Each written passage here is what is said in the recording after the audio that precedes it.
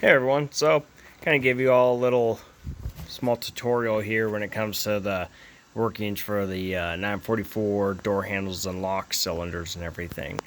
So if anyone hasn't got these pulled apart, they all have these little tabs on the inside, and there's a small little springs and everything too that normally will stick on the inside. Normally a pain to pull out, but so kind of just a abbreviation with it.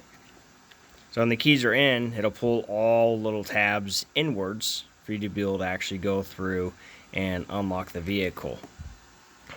And you pull your key out, then they'll go through and spring out. Now what happens is that these things, get grease and everything, and they start to gunk up, so these little tabs don't come out all the way how they're supposed to. How basically those two actually spring all the way out. These are the ones they need a bit cleaned up and everything. But there are little tiny springs that actually push these little basically retainers, I'd call them, out. And that's actually what helps keep everything locked. Now if you have a set and you need to kind of like rekey them, you can actually pull the little tabs out. You can pull these out and actually relocate them and everything to match up with whatever key you have for your 944. So I have one of the 968 handles off. Now this is the barrel that it actually goes into, that the lock mechanism goes into and everything.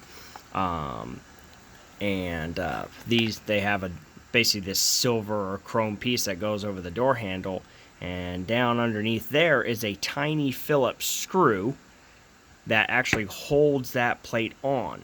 So you have to disassemble the back of the door handle, the whole thing, to be able to get that plate off. But when you go through and you pull the small pin out, which is this little guy right here, when you pull this small pin out, the back of it just slides out anyway. So then you don't have to worry about going through and trying to pull that little plastic piece, or not, the metal chrome piece off. And then, of course, you have the little spring and everything that'll actually put this thing back to center. Normally, if you have a lock that doesn't want to go back to center, it's because this little spring is broken or it's just completely gunked up. And that actually sits, basically right here at this point. And that part sits on the back of this with a little Phillips screw. So then on the regular 944 handles, or even, script ones, you're able to just go through, undo the Phillips screw on the back, push the barrel out the front. You can adjust it as need be and everything. Kind of common failures I've had is the tab here at the bottom with the hole tends to break, and then it makes it so your activation of the handle won't work. Also, the small little spring for recentering the lock also tends to break as well.